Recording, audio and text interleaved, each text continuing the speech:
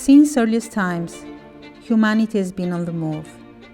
Some people move in research of new economic opportunities and horizons. Others move to escape armed conflict, poverty, persecution, terrorism, human rights violations. Still others move because of the effect of climate change and natural disasters. Many move indeed for a combination of these reasons. I am Irma Ginei, and this is Hijrah Podcast.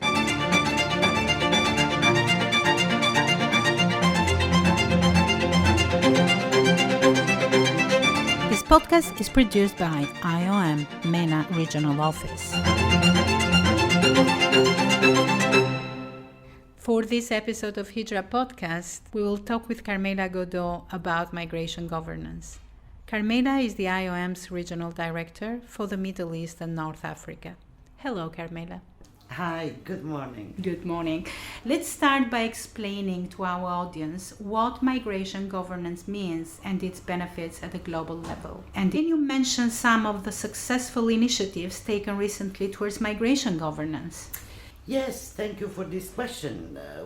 Migration governance can be defined as a set of rules, regulations, international laws that regulate migration at national, regional, global level. At IOM, we have always advocated for regular migration, and we have always said that migration is necessary, that migration is beneficial for the migrant and the society. This is a very important moment for migration and for IOM. Just 1 year ago, in December 2018, the Global Compact from Migration was voted, was endorsed in Marrakesh, and then was confirmed in New York. The Global Compact for Migration is an historical achievement of the international community. Is for the first time, governments and member states, they got together and discussed about how to make migration safe, orderly, and beneficial for everybody. Thank you very much, Carmela. And talking about the Global Compact for Migration, what are the objectives and principles of this agreement? Well, there are 23 objectives and in the Global Compact.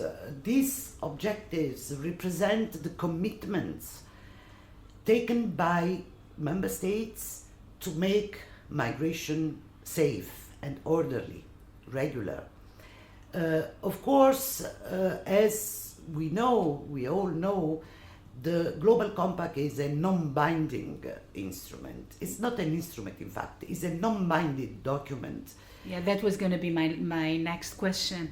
Exactly, but governments and member states, they got together and agreed on principles that the states have to respect at the international level. They agreed on actions, they made commitments on actions that could be taken. Then, of course, it is left to each state, each government to decide what is a priority for that specific country, to implement the commitments that the countries have taken. So the Arab countries, they were part of this agreement. What is the role of them, except being part and signing the Global Compact for Migration? What was the role of Arab countries on it? Listen, migration has gained a lot of attention in the Arab countries in these last years. It's an important issue on the political agenda of Arab countries. Yes. And Arab countries, all Arab countries, have been very active in the consultation parts that led to the Global Compact. Yes. We as IOM, we have organized, we have helped, supported member states to organize consultation, national consultations, We have also, as co-chair of the International Migration Working Group that we co-chair with ESQA and the League of Arab States, we have organized several consultations with all member states of the Arab League, 22 member states. And we have organized also conferences on the implementation of the Global Compact. The last consultation conference on the implementation of the Global Compact took place last month in December here in Cairo, where all the member states participated. And as you know, the 20 out of the 22 member states of the Arab League have endorsed the Global Compact, except Algeria and Libya that abstained, and Somalia that was absent. And all Arab countries are very much involved in the discussions on the implementation. Many Arab countries have taken already initiatives in the field. For example, they've issued the legislation on irregular migration, on how to counter irregular migration. There are new laws that have been enacted in the field of counter trafficking. There are also new regulations that have been issued in certain countries on labor migration. Of course, there is an unequal development. We have, for example, Egypt and Morocco are two of the pilot countries chosen by the UN Migration Network to be supported in the first implementation of the Global Compact. So are the representatives of migrants and diasporas communities involved in the global migration dialogue? Listen, a very interesting question. The Global Compact is looking for a whole of government, whole of society approach. When we organized together with the other UN agencies consultations and also with the special representative of the Secretary General for International Migration, Louise Arbour, we organized the consultation for the preparation of the Global Compact. There were separate consultation for the civil society. For the civil society and other institutions, entities that are interested, that have a say, academia, private sector, but the civil society is an important element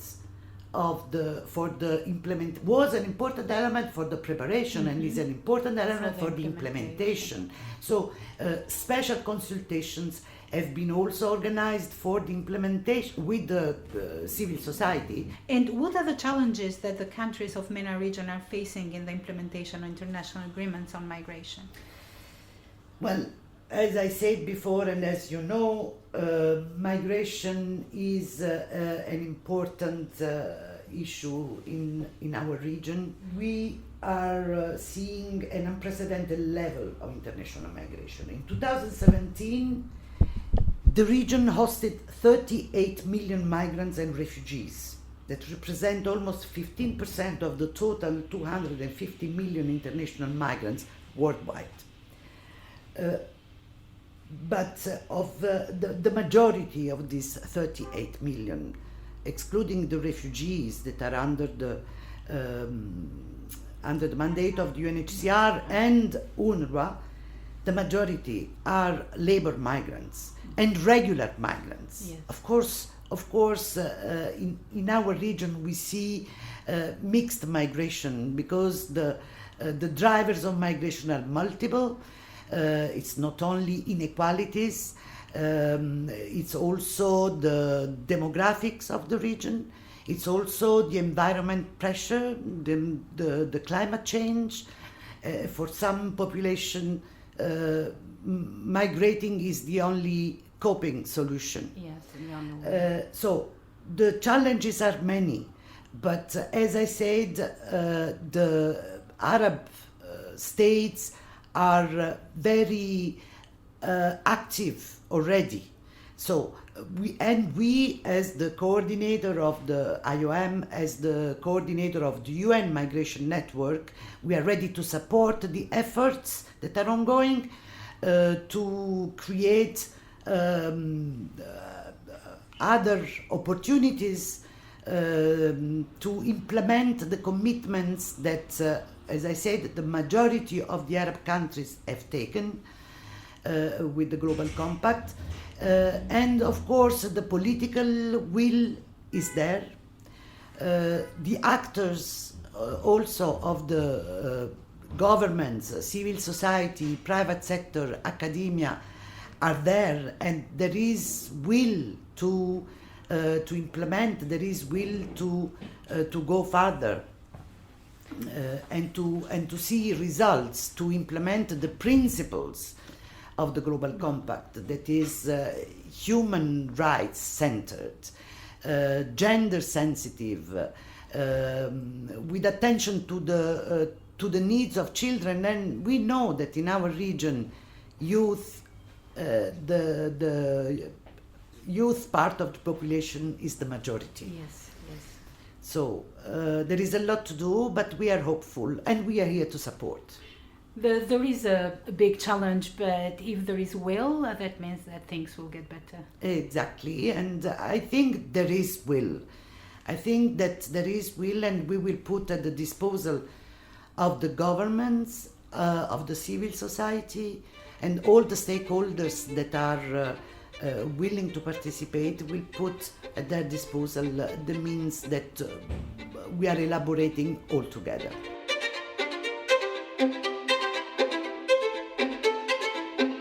And from Cairo, Egypt, I am your Majinai with Carmela Godeau, and this is Hijrah Podcast.